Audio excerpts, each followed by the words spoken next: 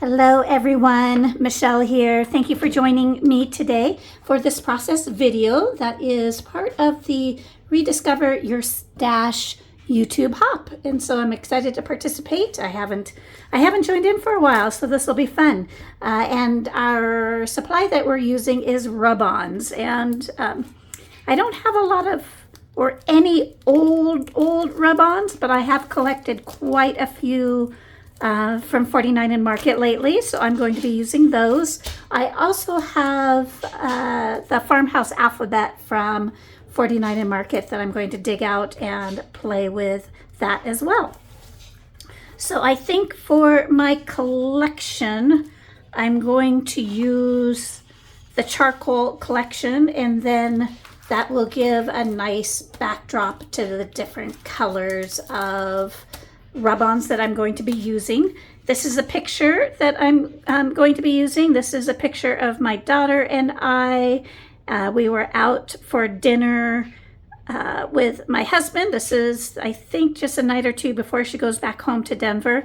I have a very similar picture from last year because we went out to the exact same restaurant right before she went home. So maybe we'll make it a tradition and see how we change over the years.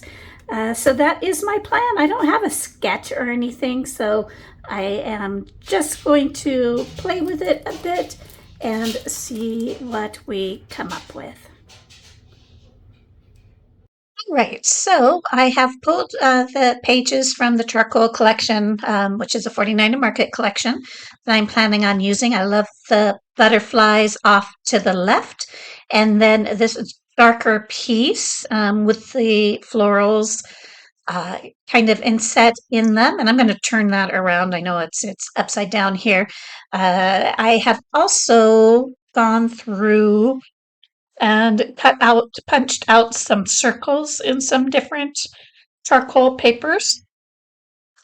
I'm going to use that kind of botanist style card behind it. I've matted my photo in white, and then I'm going to use one of the journaling cards. I'm just going to cut it in half and use that around my photo. And I think I will do one more matte aspect. There is the kind of daisy floral there.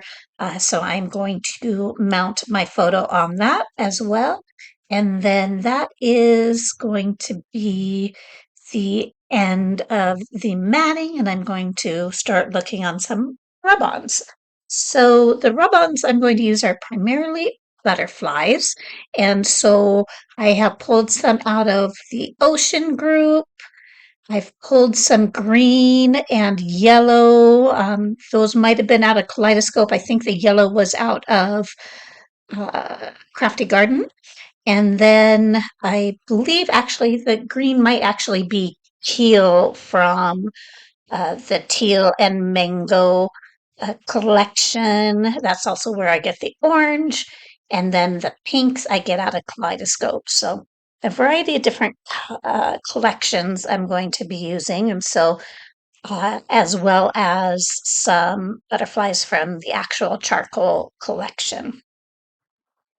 So that's the one I'm putting down there. The 49 and Market rub-ons just go on so easy. So it kind of spoils us. And so I like these little frames, and so I'm going to use those to help round my embellishments and give me kind of a bit of a direction as far as where I'm going with all this.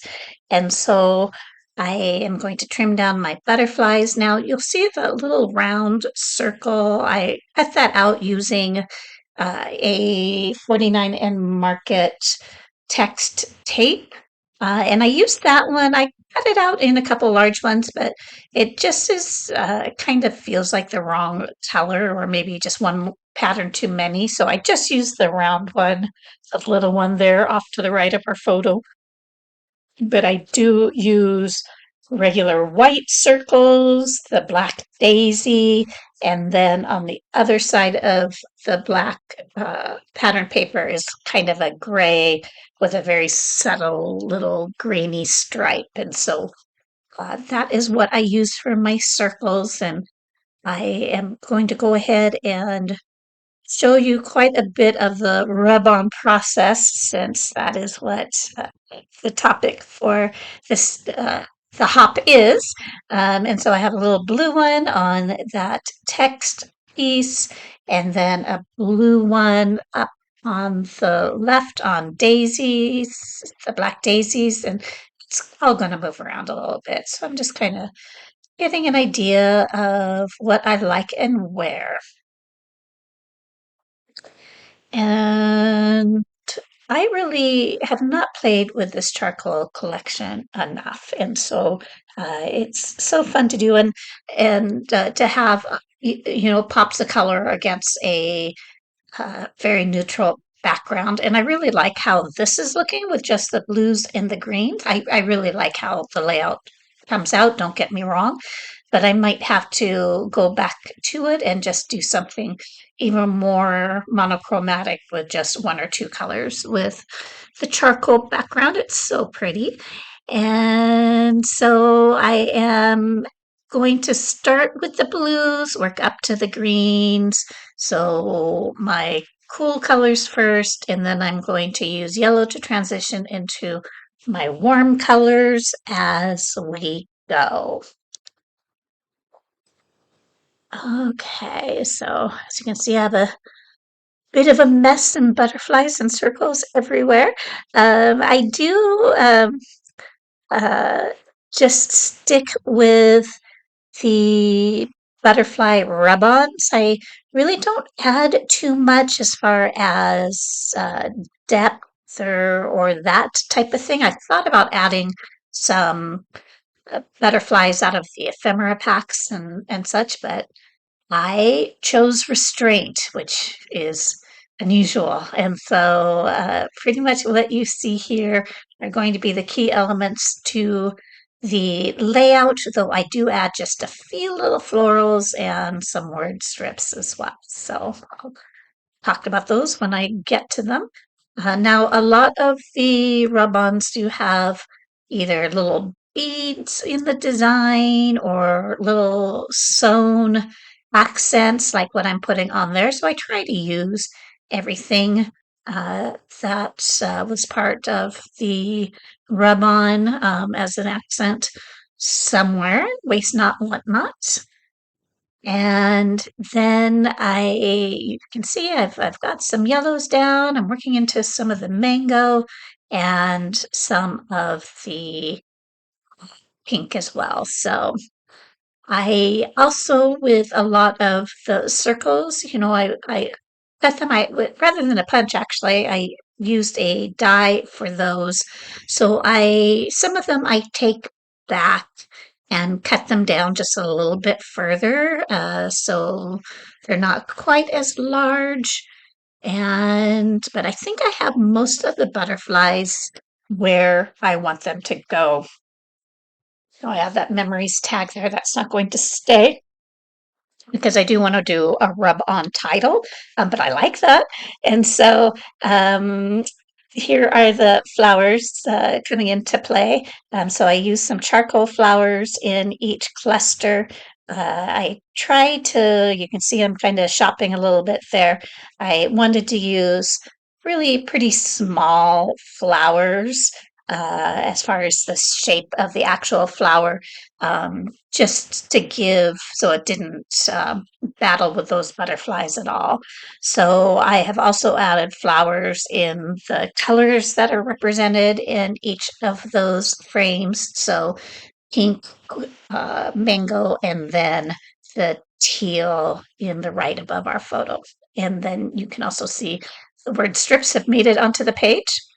So I just wanted to add a little bit more interest to the circles, and I actually could have played with those for a long time, but I just am stamping some words. I think if I do a layout like this again, it would be fun to add some more texture stamp and really maybe have less of the circles, but have more interest on them. So another idea for another layout. So a lot of the word sentiments I'm using are just some that I've had from my stash. I believe these are um, Citrus Twist. stamps that I'm using for the most part for these little sentiments. I have also gone through the charcoal collection and found some other round little elements. A couple of them are behind that pink butterfly that's on my table there, as well as the larger one up above. So they have a little bit of frame around them. I've also pulled out some buttons, and so those are going in a few different clusters. And then rather than using the farmhouse collection or the farmhouse rub-ons, that sounded like a lot of work to spell out my letters.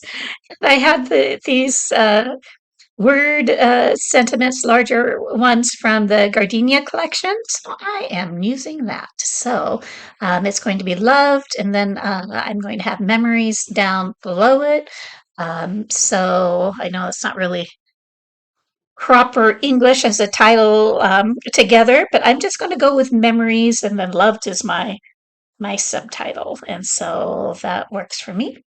I'm also going to add some little arrow elements from that same rub-on sheet below it so that the picture is going towards or the arrows are going towards the picture of my daughter and I. And I think that is one of the last things I do. So I'm going to add some splatters. And I'm using the picket fence paper splatter in opaque white for these splatters. And so it was working out really well. And I will say this in most of these collections I got from my little scrapbook store. So in case you're looking for some 49 and Market, I will put their link and my shopping discount code down below so you have that. So thank you for joining me for this video and have a great day. Be sure to check out everybody else's videos and hit like or subscribe, and I appreciate any feedback. Here are some close-ups. Have a great day, and I'll see you on our next video. Thank you, everyone.